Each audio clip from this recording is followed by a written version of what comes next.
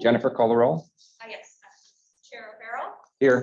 Vice Chair Irwin, Here. Director Carhart, Here. Director Mouse, Here. Director Manny, all present. Okay. Karen, would you like to lead us in the pledge?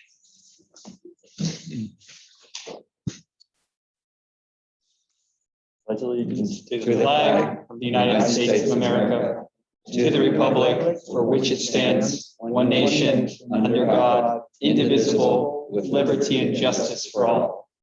Thank you.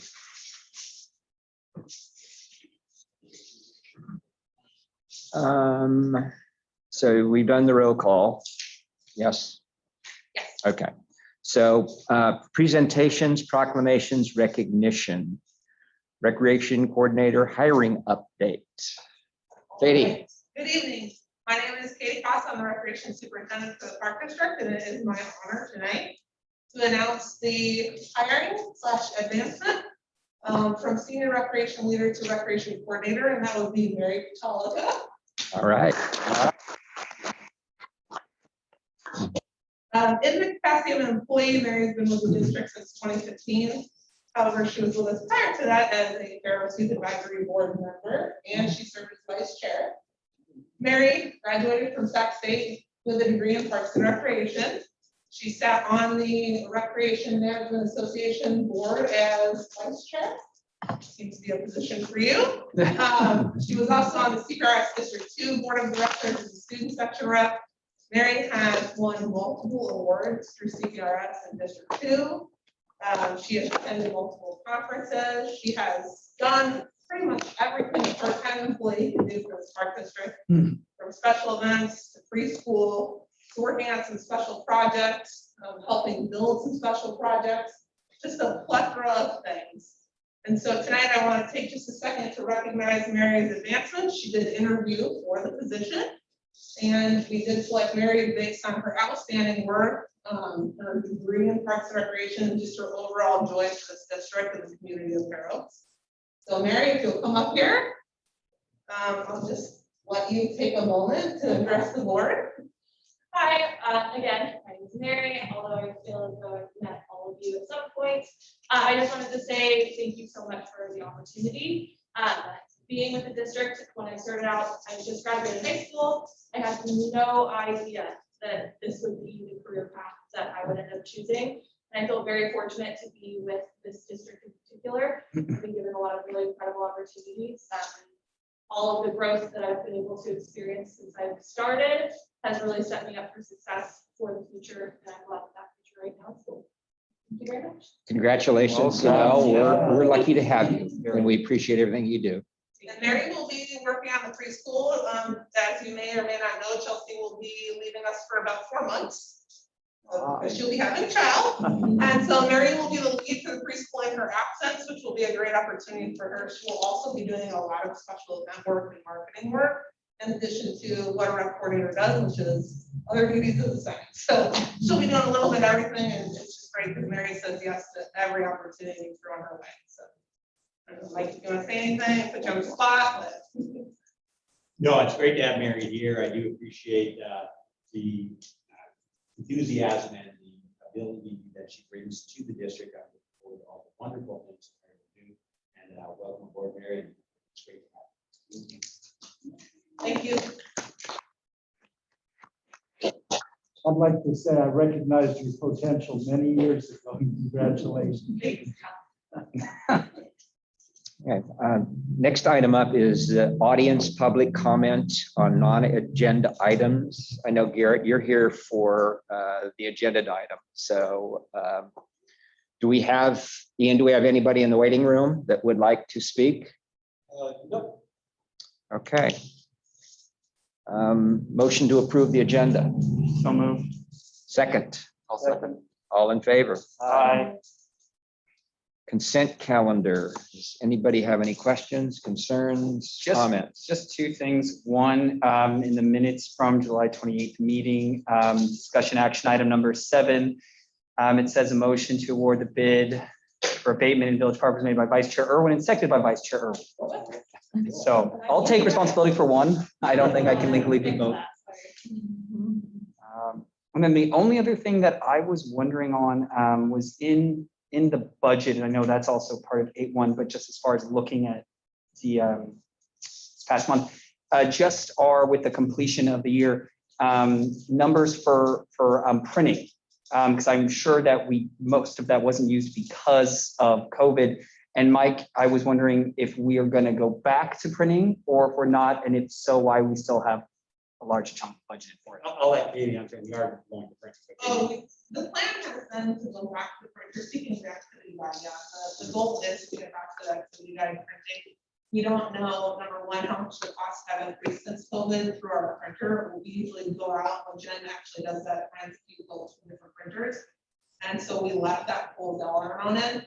Not sure if we'll go back first thing in January. We're trying to gauge the COVID situation, how many people actually want that guide. In addition to, we've had a major growth of online guide viewing and click-throughs. So we're just trying to figure out if we'll mail to every single household, or we'll do some kind of targeted mailing and then pickup option. So we're still assessing the best route. Yeah. But yeah, we plan to print. Okay. I think that's a very important marketing tool. If there's a reason to economize, we do have quite a bit of glossy color, but I think that goes out to people that aren't inclined to be looking up our site. And I think that is a marketing advantage. Great. Those are all the questions I have. Okay, anybody else? Motion to approve the consent calendar? Second, Seconded. all in favor? Aye. Cool. Okay, to the regular agenda now. 8.1 is the adoption of the final budget, a series of resolutions dealing with a series of different issues. Kate, Jennifer, are you going to take the lead? I am. So this is our final budget. Back in June, you all adopted the preliminary budget, and the final budget has not changed significantly from that. So I'm just going to do a summary of the changes. Am I?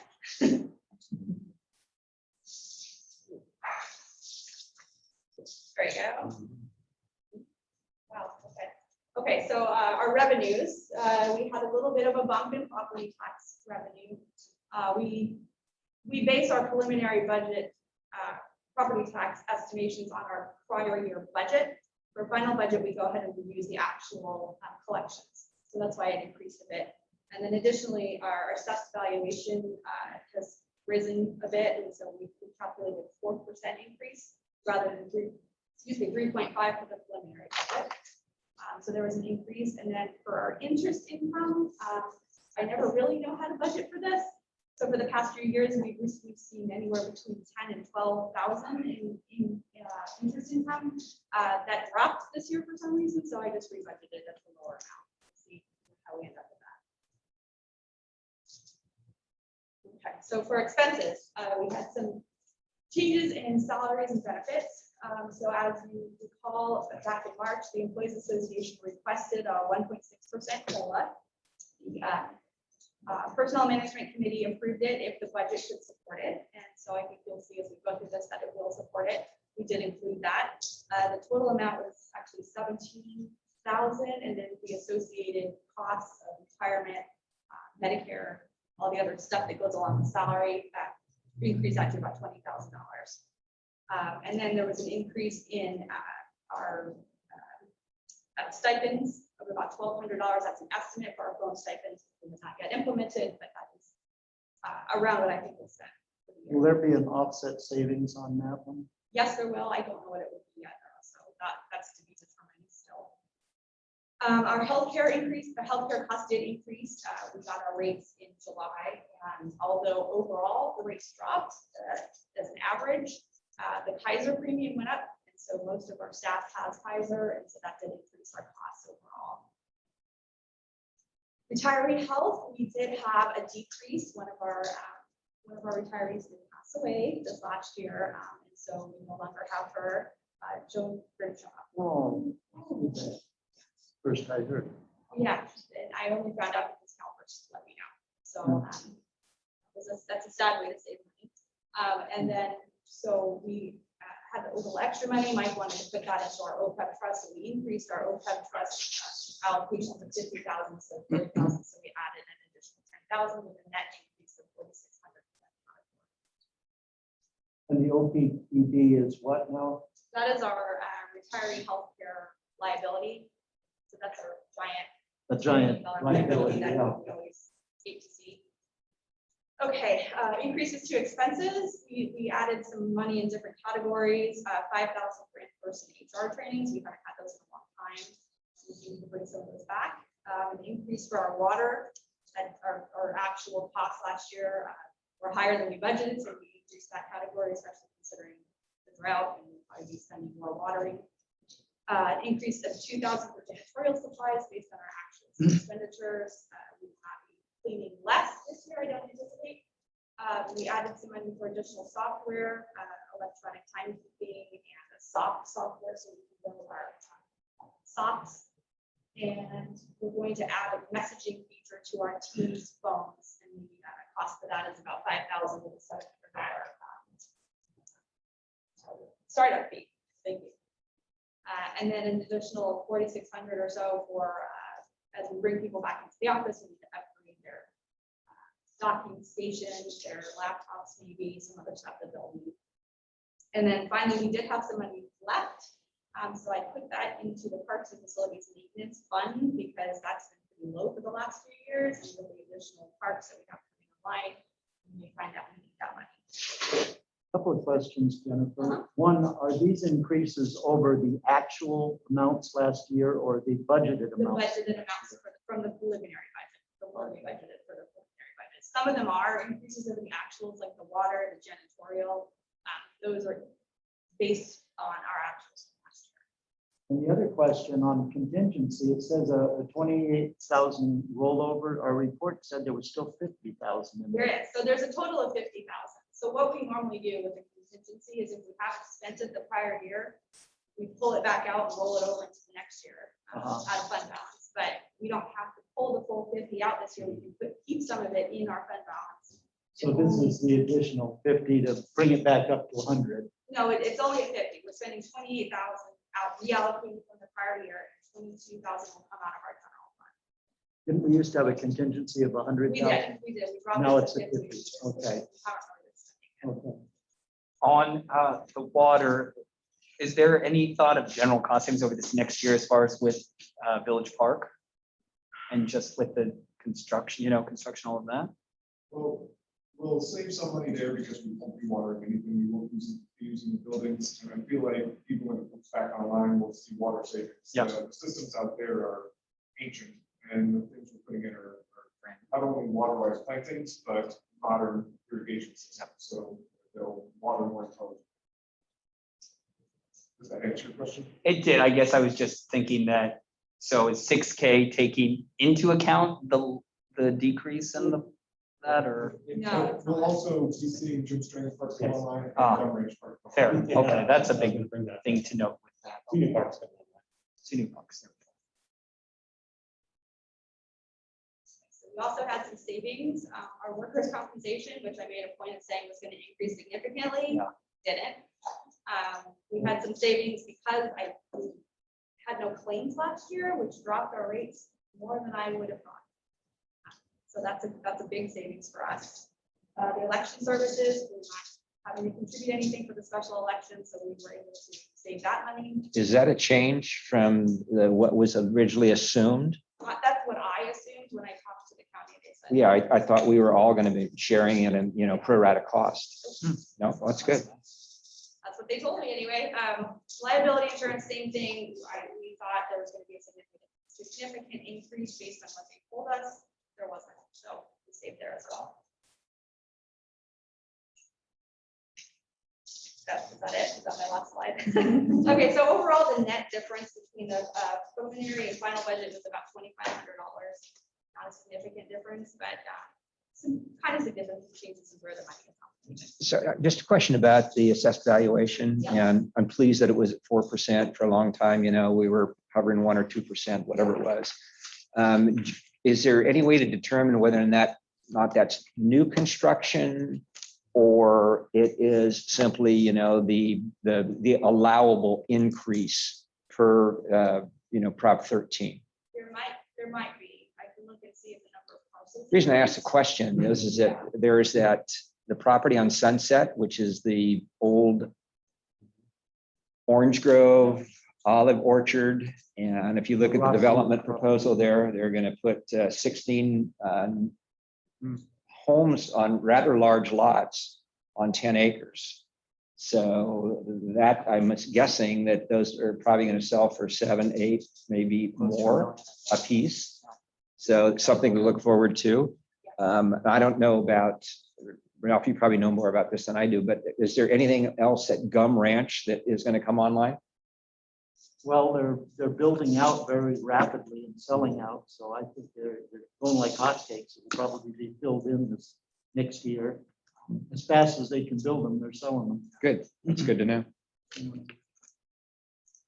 That's the only thing I have. Okay. So the next step would be if you approve, whether you don't make more questions, you can approve the resolution. Also, every year you do adopt the healthcare rates for the district, and that is included in the resolutions here. It actually dropped from last year, which I found interesting, that's the max rate by $4. And then we also have to adopt the resolution approving the GAN limit, which is the borrowing limit that we have, and the salary schedule, which includes the COLA. Jennifer, I have a question specific to the accounting for our budget for the Chicken Festival. It's not a line item. It's all buried in everything else. It's not a line item by itself, it's included in different categories. Are we Maybe budget- anticipating, because of being at Fair Oaks Park, an increase in costs or a decrease or the same?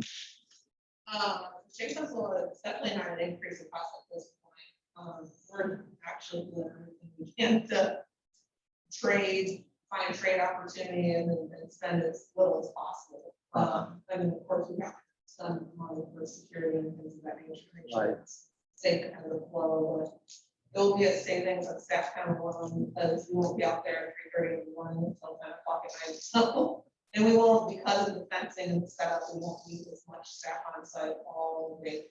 So it's a lot less of a load staff wise. I'll be interested to see how that pans out because I think it's a $20,000 to $40,000 loss leader if you count the staff time. So it would be nice to get that more in balance.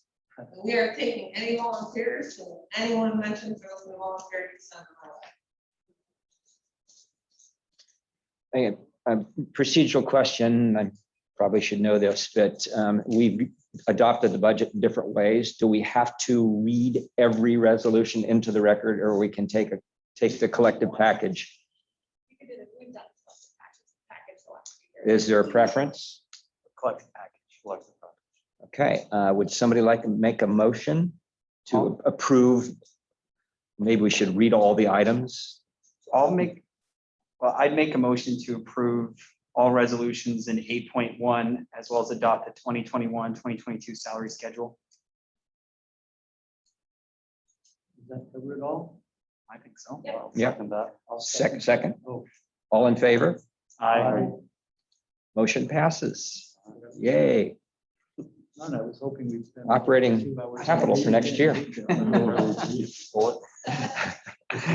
8.2, discussion and possible action regarding approval of the Fair Oaks Recreation Park District fiscal year 2021-22 31C final bond budget / measure J. Yes, this is the bond budget that you all approved for preliminary budget. Nothing has changed. It's identical to preliminary. And so unless you want to go back and reopen and look at it, adopt the resolution. Any questions, comments? No. Not it. Hearing none, motion to approve. So moved. Second, I'll second. moved and seconded, all in favor? Aye.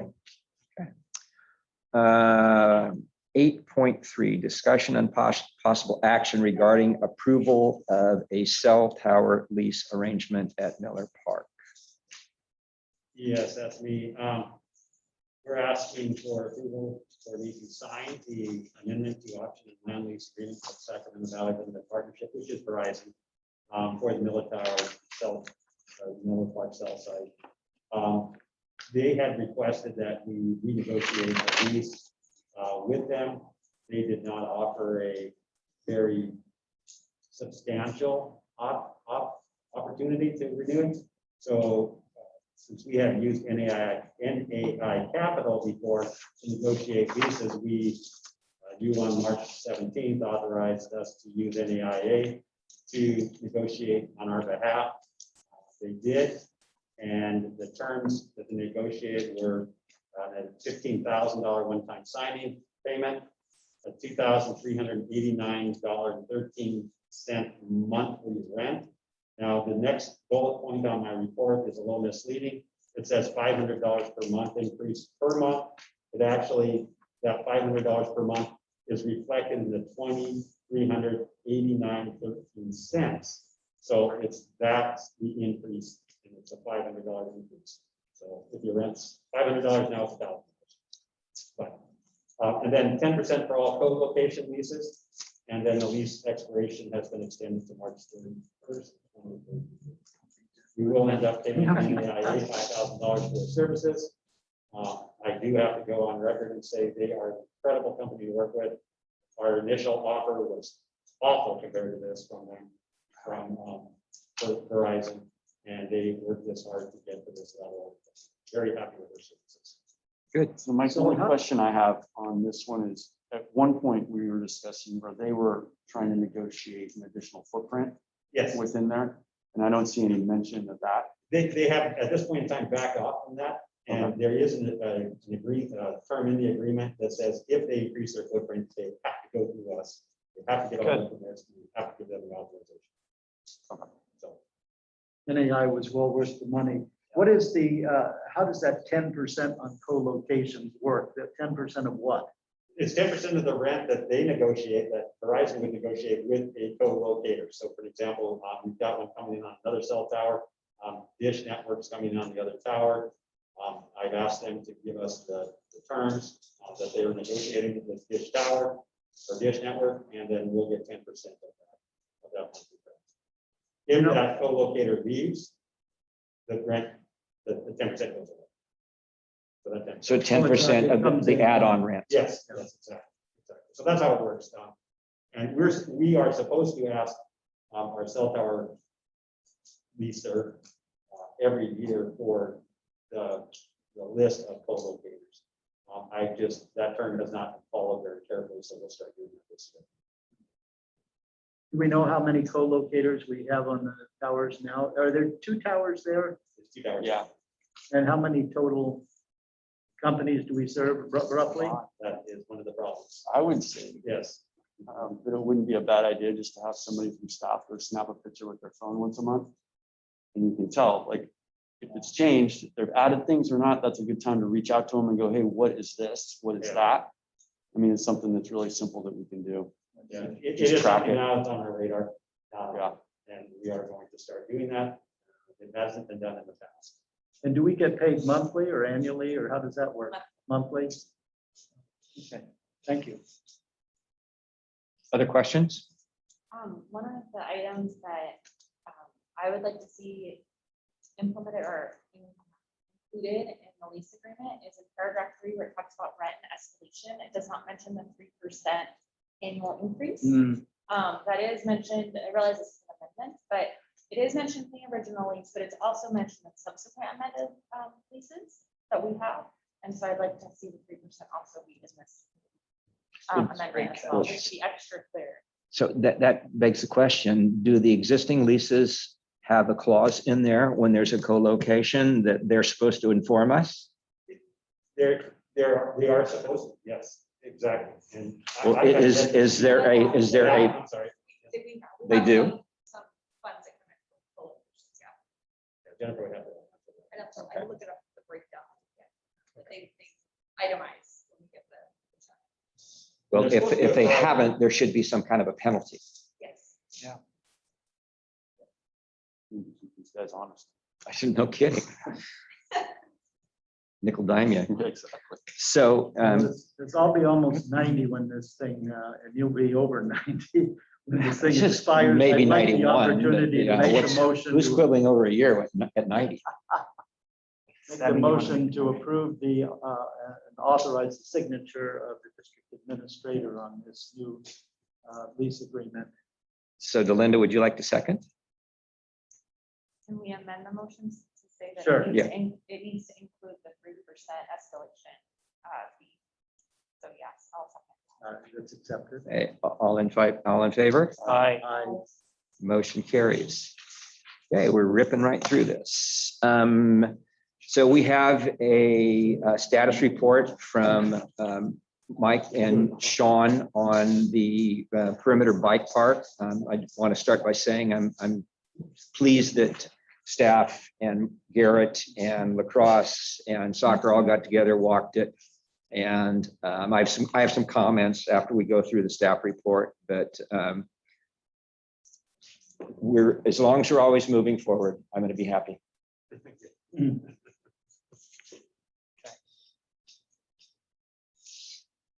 Evening, Board of Directors, Sean Ventura, Park and Facilities Manager.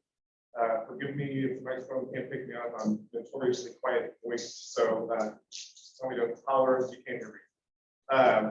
On the bike park trail, or the Phoenix Bike Trail, in May, the Family Free Ride presented to the board with the concept of a potential for a bike park in the center of Phoenix and a perimeter bike trail.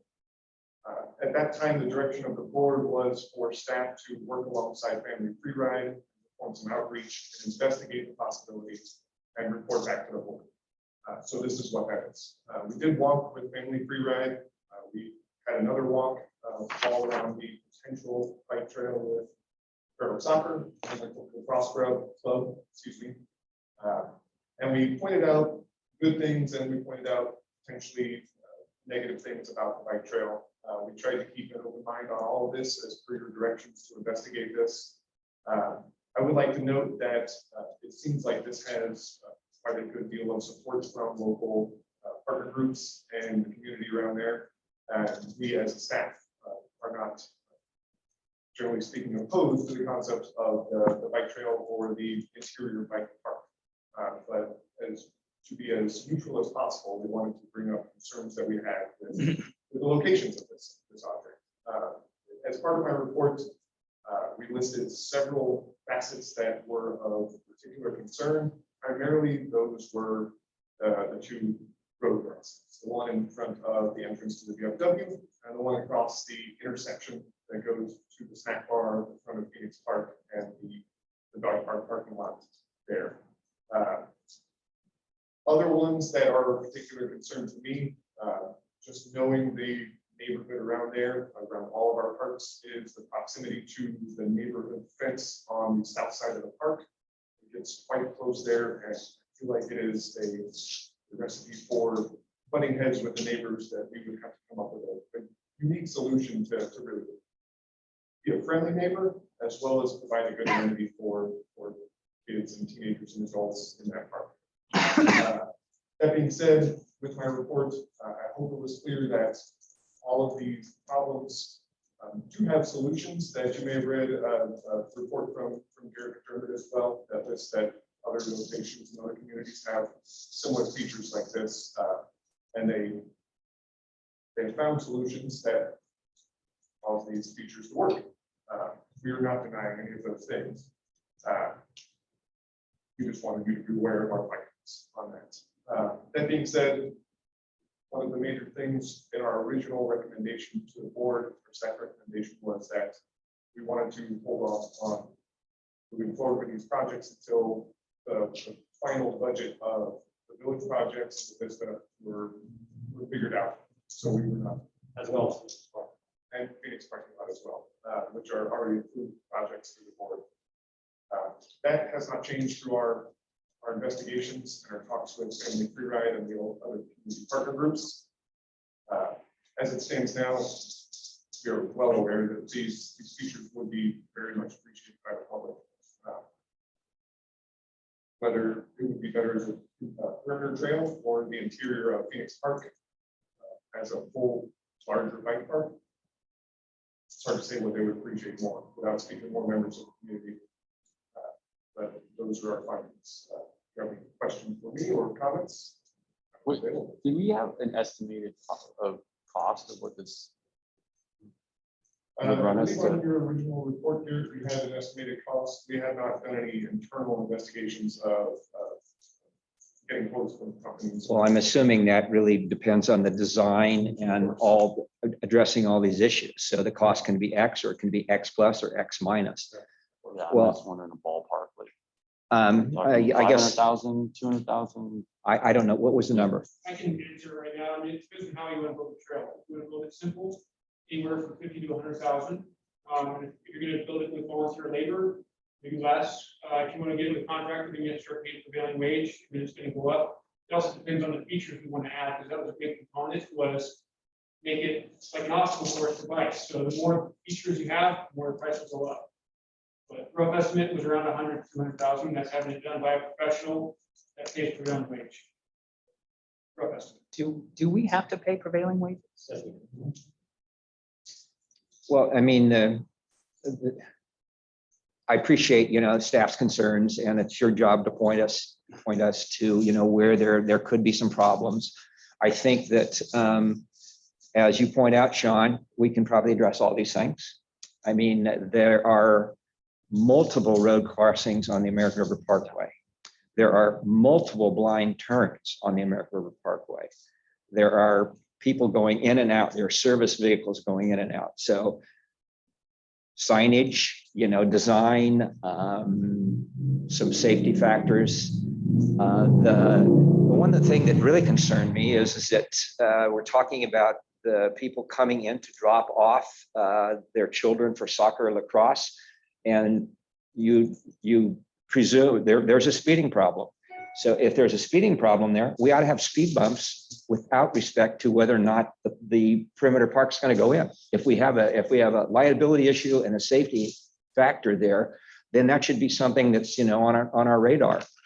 The idea that we're going to have a conflict with some of the other activities. We have lots, we've got disc golf, and we've got regular park users, and we've got tennis at Miller Park. We've got soccer on occasion at Bannister Park. We have cyclists going through there. We have multiple activities in all of our parks, and I'm sure that we can, if we have responsible people and respectful people, we can make it work. And I know that you guys are great at negotiating truces between the two factions might be. So I don't know. I understand the concern about the money and finishing everything else, and I'll just zip my lip. But all I'm saying is that the issues that have been raised, I think that we can figure those out. We just need to figure out the money and the timing and get the other stuff done as well. But thanks for doing all the work. Can I add that after reading your report, I thought it advisable to go out to the site and look at all the potential conflicts that you brought up. And I am aware as a landscape architect of conflicts between bikes and vehicles, and particularly bikes and pedestrians. So I invited Garrett to go out with me because I wanted to look at some alternative ways to solve the issues. And so perhaps Garrett will address that in his report. But I looked at an alternative for a loop that did not cross any sidewalks, and basically it's the south end of the park. The only conflict that you brought up that would be prohibitive on that would be, or be a negative, is the potential neighbor issue, which I think is somewhat minor unless the kids are shrieking when they go by, But, the other thing is I went afterwards to talk to Mike about alternatives, and he pointed out a couple things that he's working on and considering, and perhaps he'll address those too. An alternative of doing this down, I believe it's Sailor Bar on a lot of property there that's really exciting.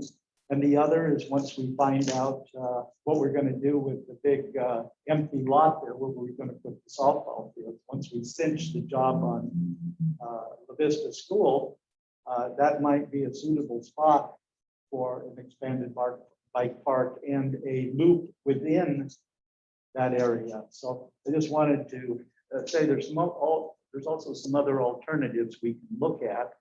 And I'm a big proponent of doing this. I mean, this is exactly what I used to do as a kid in all those vacant lots that used to exist and are now housing back. So I'd like to see something like this happen. Definitely the bike park out there is so well used. It's such a popular thing. And when we have, you know, some facilities like children's play areas that are somewhat underutilized, here's something that people really want. So I'm hoping we can figure out some way to make something work.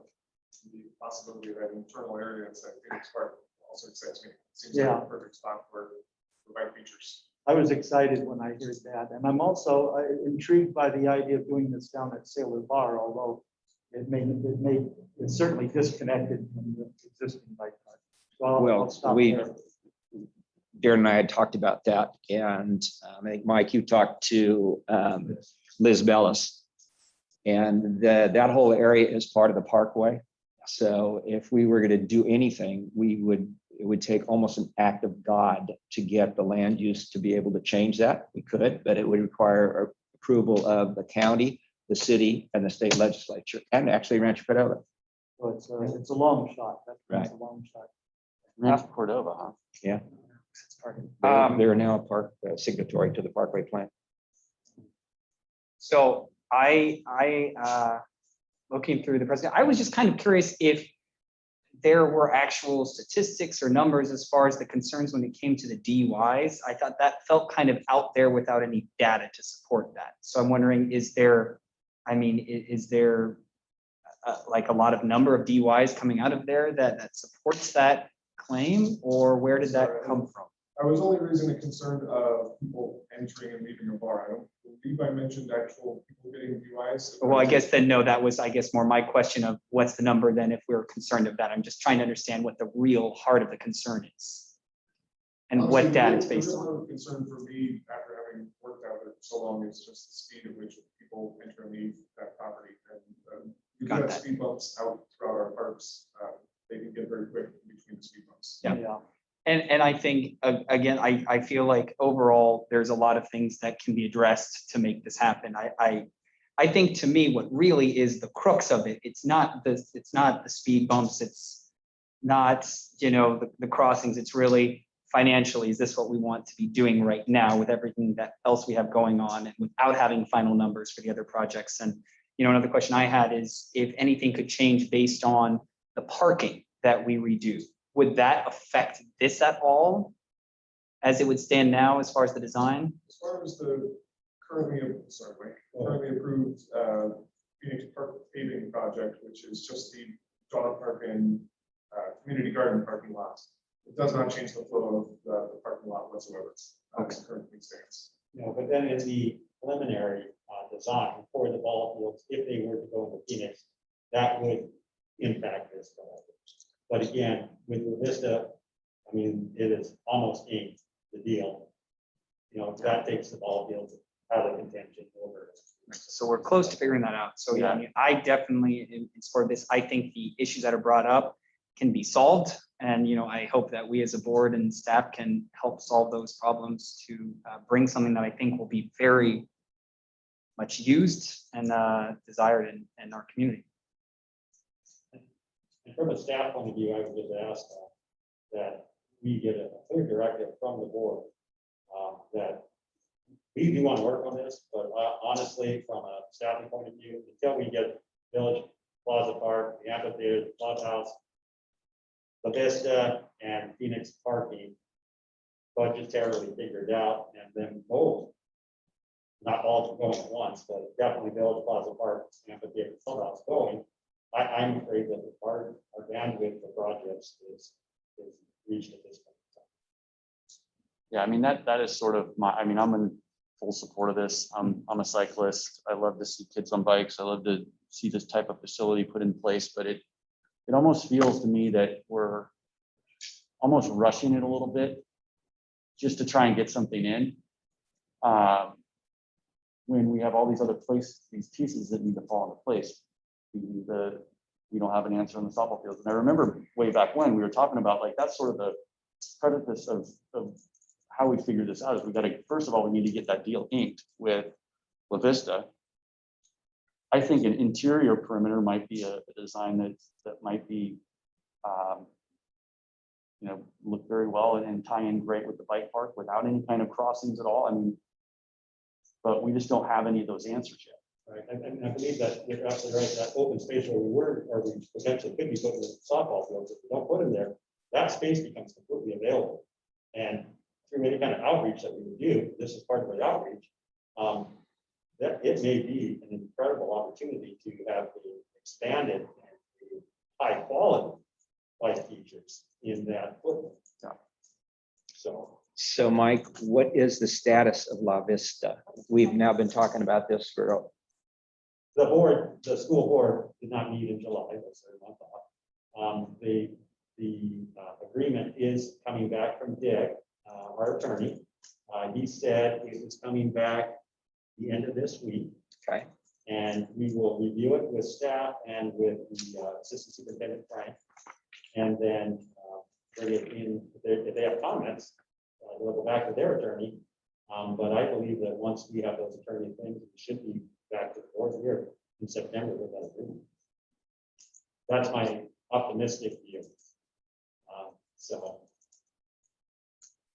probably pessimistic based on everything. Yeah, based on everything else that's going on. Based on everything else, COVID and everything else. Having construction going on both at Phoenix and Village Plaza. It is highly likely that. What was just said? I asked if we were anticipating doing construction at Phoenix and at Village Plaza at the same time, trying to estimate how long it would be to get all of the documents done, and then how long was it until we start the And Phoenix? and when I talk construction in Phoenix, I just be clear, that's the. Parking lot. Members who Bring bring it ground down. on It's going the to village, well, which means we have the bids before. We did the bike park at Phoenix, how long would that take? it depends on what we're doing. If we were to use that open footprint, it could take us a while because of the quality of the footprint. If we're just digging dirt and moving it around and making jumps, that's not much. But if we want a bike park of quality, then it might take us a little bit. And something like that could be phased in over time. We don't always build the ultimate. We can have a master plan for the ultimate and work away at it. And I also want to add in, I failed to mention this, that we always forget these other two projects that we're currently working on, which works out to be about $2.4 million of projects, Gum Ranch and Spring Park. Right. Currently under construction. We have a staff of 5 people. They're capable of working. Yeah, I certainly recognize the limitations on the money as well as the limitations on the staff. I think the gist I got out after reading Sean's report was it was rather a wet blanket or rather downer, because it sounded like there's overwhelming problems. But what I'd like to see is we start thinking, because this is a very popular proposal that's been brought to us, start thinking about how it might be shoehorned into our budget or scheduled for staff time, because I realize you and the rest of the staff are overwhelmed with all the projects we're trying to negotiate. I think Raymond James and I can see that from our oversight ad hoc committee. So I just like to assure the proponents that this is something that's alive, that we're working on, and that both staff and board would like to see done at the earliest possible time. Hopefully. well, it'd be helpful to me from either from you or from the oversight committee, if we could have an updated calendar of, the projects. And I know that you can't put your finger on a date, but just some general time frame. We were told today in the oversight or our project management review meeting that I believe, what do you say, September 4th is when we should have all the reviews by the county we hope to have done.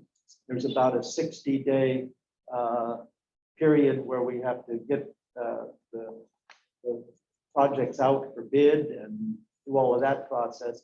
I think they were looking at late October, early November to break ground. Is that what you heard? Award contract. The award contract. And then usually it's like a couple of weeks before the contractor moves in. So might be a good Christmas present for all of us. Yeah, and that's the best time frame at this point that we have is groundbreaking sometime at the end of November. For Village Park. The Village Park. Demo is going to commence right now, if everything goes well, the week of August 30th. What for the week of August 30th? Demolition Got it. Of the salon and and the stage, the amphitheater stage. Yeah, they gave the notice to proceed today. Is that what Dave Yes, said? it is. And so the contractor has about, what you said, it was a 10-day kind of sequestering because of COVID Yes. with among their crews. And then they'll get in and do the hazmat stuff and then start demolition. And I think we directed that we get a fence up a couple days before to clue people in, or maybe tape or cones or something, so that we clear the area out and people see the dust is gonna start flying. We're not flying. Yeah, so demo should start that week of August 30th. okay. Garrett, would you like to speak? Of course, thank you. Sorry. First of all, thank you for taking some time to go over this again. I'm really excited with how the project's moving along. I understand things don't happen overnight, but John, like you said, you know, as long as we're moving forward, it makes us happy. So just I think this trail is kind of like the pump track. It's low hanging fruit. It's easy to build. We can do it with volunteer help and get it done quickly and inexpensively, depending on how we want to build it. So it's something that we can do quickly and get a lot of return out of our investment on it, just like we have with the pump track. A lot of families, a lot of people are really getting a lot of use out of that. That's what we see happening with the perimeter trail. The other thing about that is it can be updated. It's mostly going to be just dirt and rocks, something that we can move and change later on. If we decide we want to change something to make it different. It's not like concrete. It's not going to be set in stone. You're never going to be able to change and update it and improve it as we move along.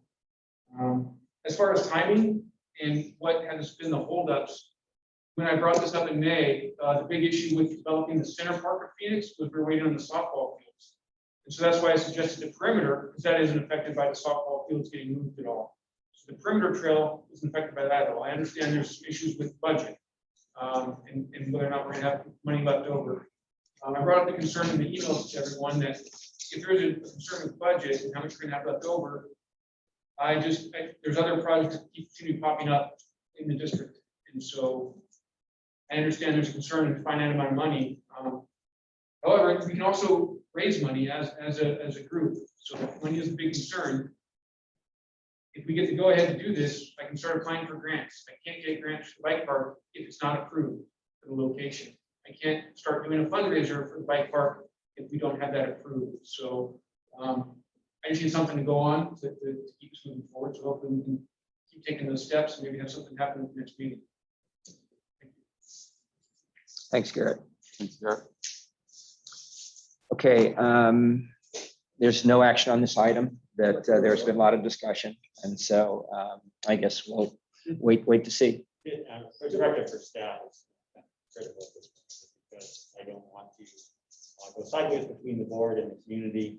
I would like a directive from the board, either to wait to work on this until we get those three items figured out, or to, if you so wish, we will continue to work on the perimeter piece of it. I think, Even using volunteers, it does take an immense amount of stuff. I think the main thing is to keep the idea alive and work on it as it fits into other things, but make sure that we conceptually keep the concept, the idea alive and advance it. As John said, keep it moving. But, you know, I for one understand how how limited our staff time is, and how limited your staff time is, how much is on the table at the moment. But I'd like to reassure Garrett and the proponents that this is something that we seriously think is a good addition to our parks, and we'll do what we can to work out the details. I will say, to me, saying work on it as it fits into other things feels vague, and I don't know if that really works for our administrator. I feel like it doesn't. I mean, we have so much that we're working on right now that we absolutely is critical that we have our focus on, our attention on, and that we can't mess up. And I think we can, as a board, agree and say that this is a priority, but there are things in front of it. And, I'm okay with us putting a pin to get our pricing and everything else, because budget is very important and we have to be very, very responsible with that, since we don't, we don't know that for our projects that we have that are multi-million-dollar projects. Well, I understand that, staff and Mike can't spend a lot of effort on it, but we should continue to receive input from the community. That's fine. And think Receive about it. it as we're going to bed at night or taking a shower. Well, to me, so much of it hinges on which way we go with Yeah. this park, because even though it's a perimeter trail, depending on how we do and how we end up developing that interior land, I mean, there could be new pathways, there could be new crossing areas, there could be a variety of different things that affect a master plan or even a preliminary plan for this type of trail. And as much as, I want to see it go in, I love the idea, I think it's great. I don't think anybody on the board has voiced any objection to the idea. I think we're all on board, but if we do, there's a lot of priorities. And to me, for this particular project, however, whatever we want to call it, like, we have to figure out what we're going to do there first. And until we get that contract from La Vista, we have a more concrete pathway. And then once that happens, it would be my opinion, that I would like to see a couple different options.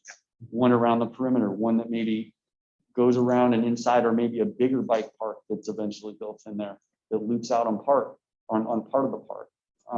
And then obviously come down with some more concrete numbers on how much that's going to cost and what the timeline and when we can fit it in. But to me, it all hinges on, back when we were talking before in May, we were still talking about La Vista and what we were going to do with the softball fields. And it seems like we're still at that point. We don't have any answers on that. But we will soon. Quite a bit further, yeah. Exactly. I trust Mike. I trust his judgment on this. So I'm sure that, he will move it forward at the appropriate time. Justin Drake left a comment. He said, I have to leave for back to school night, but want to show my support for an exterior bike trail. It will get lots of use, like the pump track, and the issues are things we can overcome. Thanks, Justin. Thanks, Justin. And one thing too, I just want to add with that, one thing that I thought was incredible was in reading the staff report, was the community support from the other user group. Yeah, I mean, agree. that agree. was, when do Yeah. we see that just so easily, no one complaining about the other? Normally, it's a turf battle. It's usually, Yeah, so exactly. that is really a good sign. So. Does everyone think about directing Mike to essentially get what this done as soon as possible, put his energy into that? Because I feel like I kind of agree with Darren, like the moment we get the list of piece done, whether it's bothering the attorneys to keep moving, whether Right. it's, we will know whether if Lavista doesn't happen, then we're gonna do the perimeter, or as Darren suggested, maybe even look for another alternative. Yeah. But if we get Lavista, then we can also do plans for an actual interior part, or at least start exploring different things. Sure. The only thing I would add to that, as a segue to that, is that we have the preliminary budget for the list. Yeah. It doesn't have to be Budget a budget, is but a preliminary. an aspect. How much is that parking lot, the 2 ball fields, whatever else, how much is that relative to cost? We got to get bids. We got to We get need bids bids. before we know where we stand on everything. Well, because that's that a could blow us preliminary. I up. wouldn't say we have to get bids for the Vista yet before we work on the bike park. I would say we have to have a preliminary budget, which we can do through design. And we've been doing that constantly as we go forward. So once we get that preliminary, and right now we're have a placeholder between 5 to 7 million. That's a placeholder. So I anticipate that budget somewhere in that. My concern is we got a whole lot of wants and an increasing budget on the things we're doing. So we really do need to see when the dust settles what we have left to work with. one thing that John indicated about the Parkway plan is that, do we feel that that is so unrealistic that we should not spend?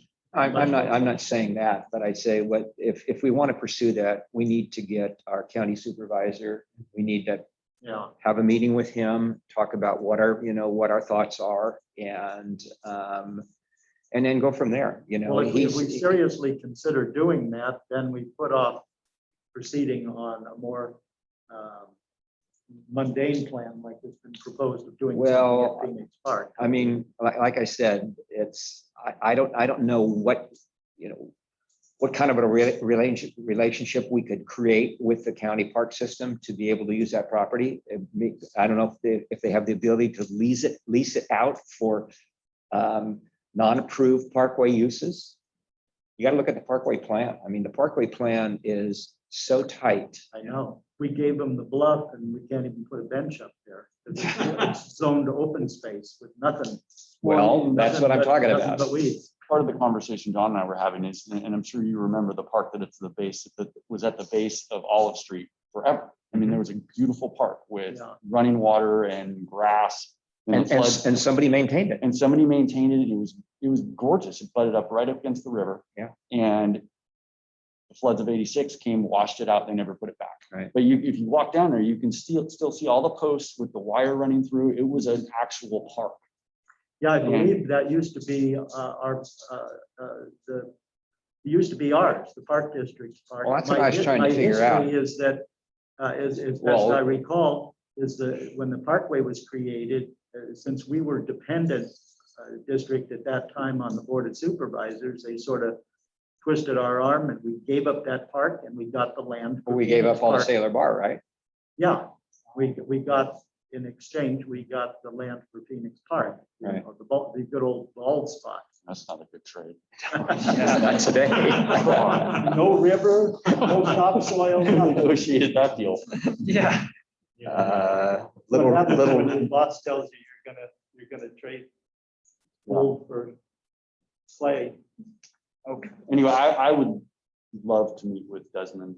I think we all personally know him and he's a great guy and I would love to just spark that conversation and explore the opportunity because that is such a jewel. And if we could somehow work some sort of lease or, whatever, that, I mean, it would be phenomenal. It would be great for the community. It would add to our acreage of parks. It would open up a ton of doors. well, I think we ought to create a small delegation, Mike, me and you, I don't care who it is, but set up a meeting with him and meet with him in person. And has he ever done like a walkthrough of all of our parks? Not that I'm aware. I think it would be something good to do. Obviously we want to involve in ribbon cuttings and all those other things we got coming up. So at some point it might be worth doing. Especially once we ink La Vista do it, might be a good thing to bring him in. Say, here's what's coming up in your district. There's some big projects coming. Rich has been in the clubhouse and he's been in the VFW and, he's a Carmichael guy, but he has been out here. He's very interested in developing more relationship with Fair Oaks. Well, he's in the brew pub quite a bit when he was running. How do you know that? Because I was there with him. And I want to be clear too, I guess from my point of view, and I think what I'm hearing from you all is that it's not an either or with Sailor Bar and Phoenix. Phoenix is something's going to happen at Phoenix. Yeah. And Sailor Bar would be outstanding if that happens, but it's not an either or. But no, we're not dependent on a bike trail or a bike park, depending on Sailor Bar. I mean, I just think that the concept, if we Yes. could somehow Yes. add that, and I mean, it's worth, I text Rich every once in a while, he texts me right back. I mean, he's very approachable, super nice guy.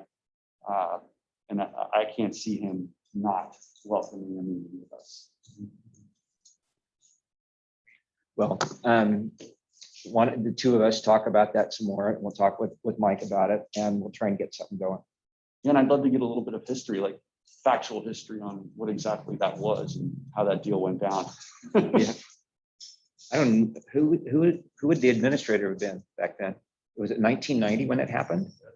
Oh, might have been. oh, what's his Little name? Richard? Yeah, Little guy, Richard. what was his name? Little Richard. We sent him, Rotary sent him on a foreign trip, but he came back.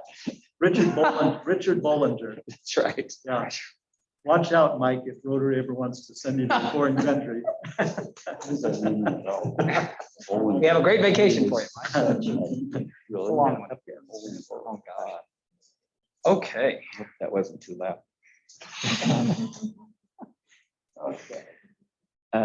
Okay, so we're good with this. We have marching orders, all of us.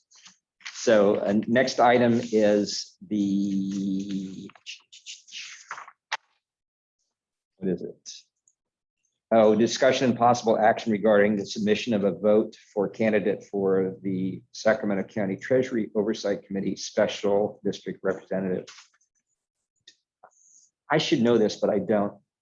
I know that there's county people on it. There's special district people on it. There's public people on it.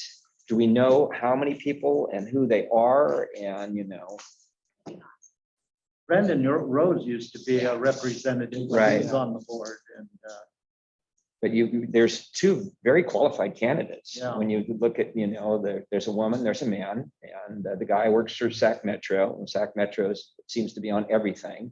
they always win, so we should vote for the park person. Well,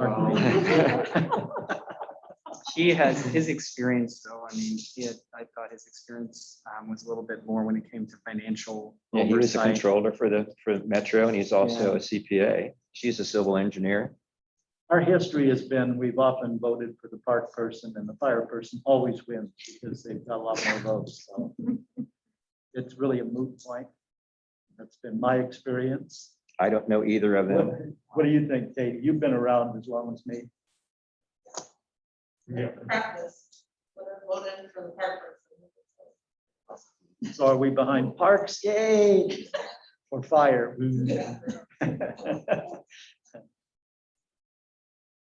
I'll make a motion to nominate Ronald Empredad for the candidate for Sacramento County Treasury Oversight Committee Special District Representative.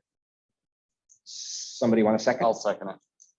All in favor? Aye. Aye. Okay. I'll be Any a nay. opposed? I'll be a nay on that.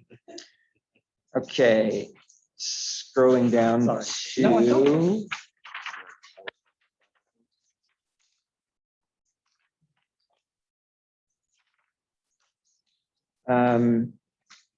Mike, where do you want to start with, report from staff?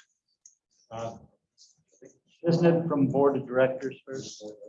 All right, board of directors. Ralph? I just wanted to add that there were about a dozen people that came to the workshop on redistricting. It was moderated by Courtney, and I can't remember her last name, but she's our new registrar of voters. Rich was there, a consultant was there from the company that's got to put all this stuff together. I and one other woman spoke. There were about 12 people that were silent there, and a few people that called in either on the phone or on Zoom to ask some questions. It was a very good presentation. They have a very ongoing hands-on thing and you get to it through the registrar of voters, calling them.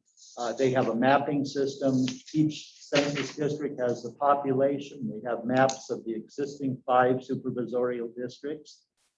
You can go on there and you can, as an individual or an organization, you paint the census districts to alter what you think those districts should be based on the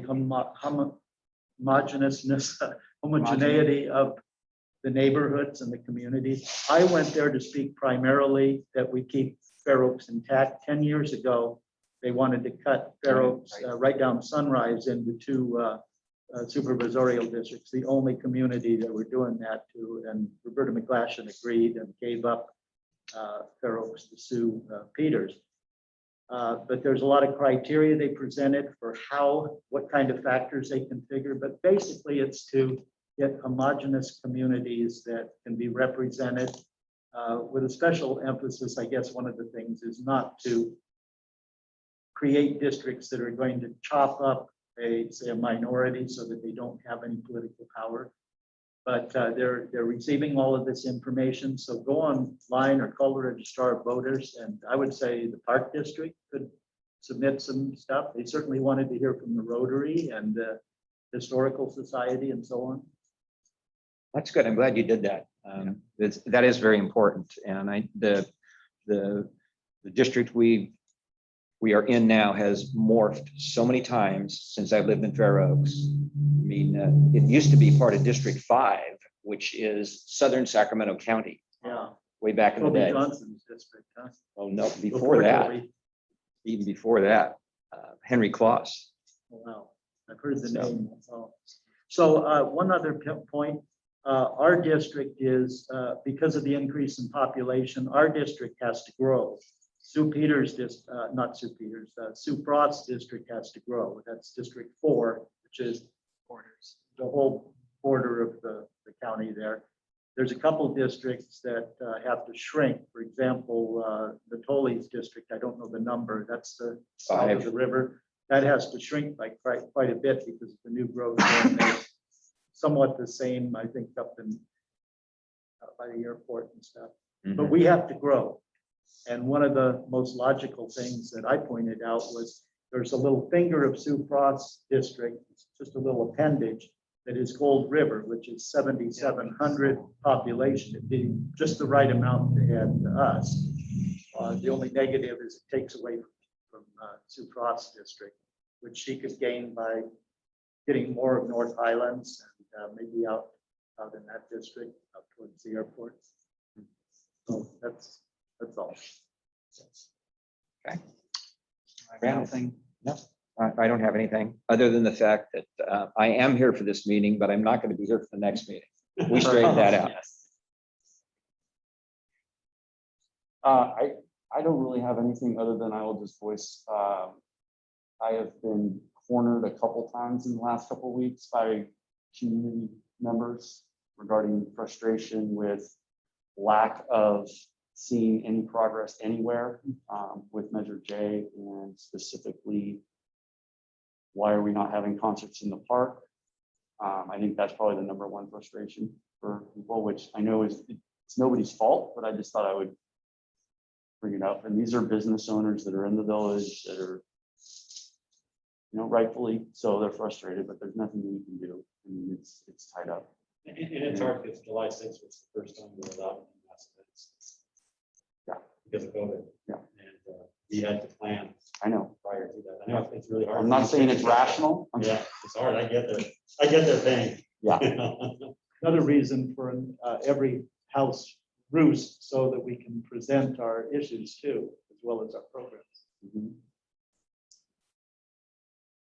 Well, I mean, obviously the answer to that problem is let's get something going, right? Yeah. exactly. And Some- easier said than done. Destroy some, tear down a building. Yeah, just slap a wall and just tear it down. and let it- Let's tear down a building or Right. something to show progress. Right. Belinda, I don't have any. Mike, Well, I'll take that. Sean, you have? Sure. I will. Sean Ventura, Park and Facilities Manager. We'll take up to your time. Quick update on one of our capital projects coming up, the shade structures out in Phoenix. This will be in the bike park and the dog park. I wanted to let you know that we are well on the way with that. We finally got everything worked out with both the dog park user group, 4Dog, and Family Free Ride over in the bike park. They've been very helpful, but it's just been getting all our ducks in a row before we move forward. We have everything lined up now. We'll have a 2 shade structure in the bike park and 4 shade structures in the dog park. The share is being passed on to the whole user groups so that they have a little bit of buy-in, and it's moving forward. Unfortunately, everything right now is a little bit expensive and takes a little bit of time to get to it. So we have some lead time on just getting these materials to our supplier and getting that manufactured. Their estimate is about 4 months, so we'll be ready for next summer. Unfortunately, that's comment on that. How big are they? The ones over in the bike park are 2 14 by 14s. They're 20 by 40s. 20 by 20, sorry. I haven't looked at them for a week. It's a crazy one. The other ones in the dog park are, I believe, the same size. I can get back to you on that one. And then we're doing like a 20 by 20 cement pad. So they're going over cement pads in the bike park. In the dog park for now, we're opting for to just have turf to allow a lot more areas where dogs will skate. They're running over to their Got owners. it. There's an option to potentially, if it starts killing the turf, to just DG, order DG in there to, if it starts dying and turning into mud, we'll ship there. If we import pads under all of those, it would double, absolutely double the price. So are they solid cover or just shade? Shade sails. And what are they constructed? Oh, shade sails. Yeah, so steel frame and then polyester nylon shade sail, USA shade. In addition to that, just one more quick thing, we put out banners in partnership with the water district, advising everybody in Fair Oaks to reduce water usage by 20%. I believe right now we have reduced by further than 20%. We did the baseline at all of our parks. And a couple of places where we don't get a lot of traffic, we dropped lower usage just to try and help out quality fires and the low amount of water we have in our reservoirs. The least we can do. So we're trying to take part in it. Cool. Thank you. Thanks, Sean. Yes. I have a quick list, but I'll be short and sweet because it's coming up the activity guide. The activity guide will release Friday, probably at least by 5 o'clock in preparation for September 1st coming. So that's September through December activity guide electronically released. We are doing a new activity messenger app that runs through our registration software that allows for text messaging opt-in, which a lot of people want to do and get it right to their phone from a text message. So it's a great feature. Really great email blast backgrounds and setups, just moving into the new. So we're excited about that. Flag football is well underway, and so we're glad it's back because we had to skip year due to COVID, and that's a very popular program that runs at Fair Oaks Park in the fall, literally. So Nick is working very hard on that. Events, just really quickly, our last summer stage series 3-night weekend will be August 26th, and that'll run concerts on the 26th, comedy on the 27th, and then a theater production on the 28th. There will be one more just concert on September 30th at Fair Oaks Park as well. The Progressive Dinner, the last one is September 8th. It's almost sold out. There's still tickets, but it's almost sold out. So if you're watching, you should get your tickets. It's on the Chamber website as a reminder.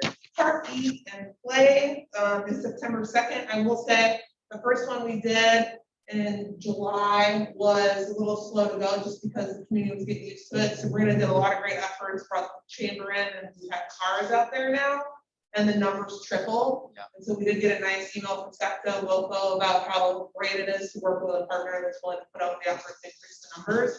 So we added actually an additional date. It was gonna be done in October, and it will run on November 4th as well, and we'll see how that goes.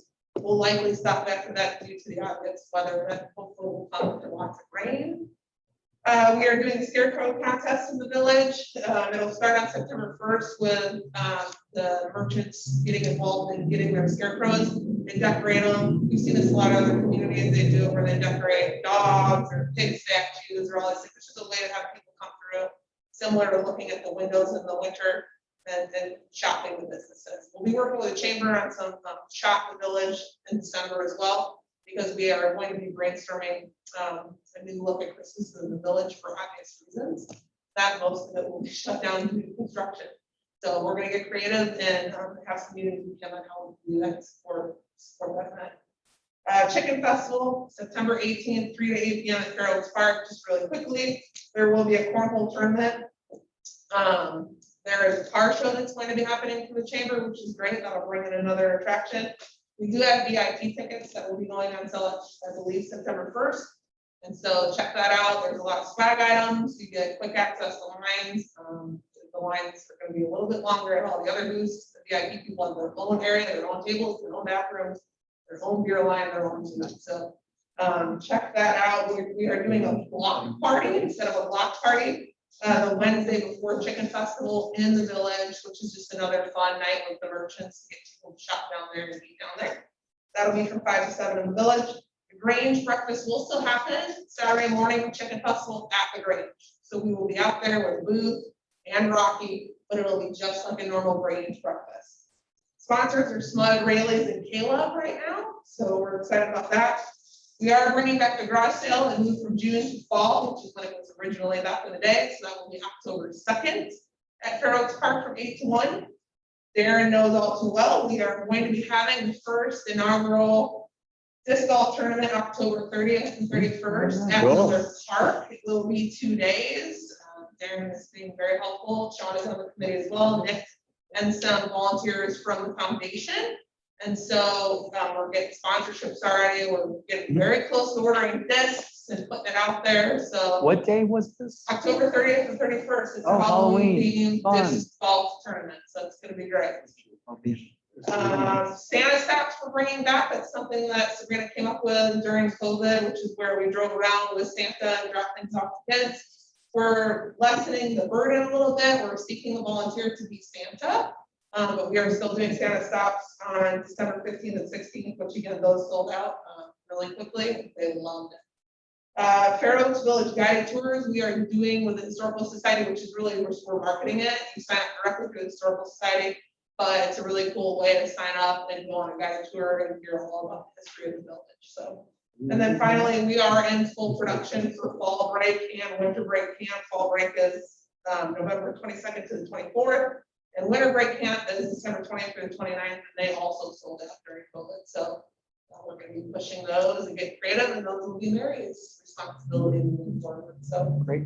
otherwise, just doing a lot of great things and trying to still bring life to the village when we have a little bit of an interruption. So, any questions for me? Katie, I had a comment I wanted to give you.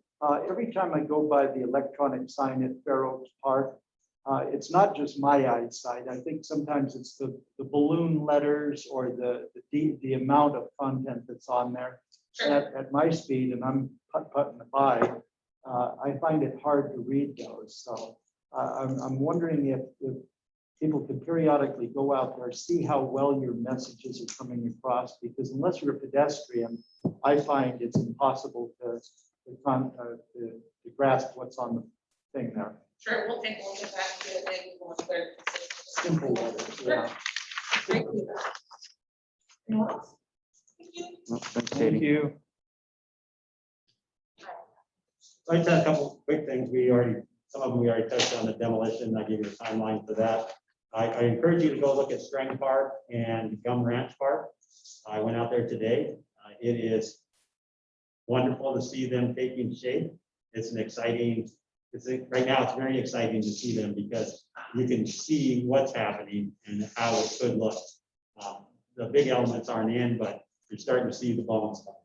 And so it's a real exciting time for those two parks. The Cool. funny thing is, they're probably both going to be ribbon cut about the same time. Did we do I don't remember doing like a groundbreaking. Was it because COVID or we like a breaking ground thing? We did not. Gum Ranch was obviously with the developer. Right. So we generally haven't done that before. Strength was us. We did not do a groundbreaking, and it wasn't necessarily because of COVID. We just didn't do it. Well, can we, But I would Do love to one blame it on for COVID, but that's village? that's not what happened. okay. Can we make sure to do one though for like village, or when we break ground here? Yes. Because The the first MC. groundbreaking, You bring first groundbreaking is going to be the demo. Well, I don't count the demo. I count Okay. the actual start, like the actual, not to get rid of the stuff, but to build the stuff. Okay. So you have time. I don't want to celebrate the Be demo. good. Yeah, I don't think I want to sell the demo. No, there's Bring out for the reasons I needed to. Right. Yep. Yeah, 100%. I'll put that down, thank you. We'll smash a bottle of champagne right against. That's all I have. Is that all? That's it. Anything else for the good of the order? Hearing none, motion to adjourn. So moved. Second.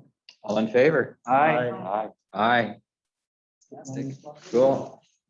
Do we have cups, Mike? Yes.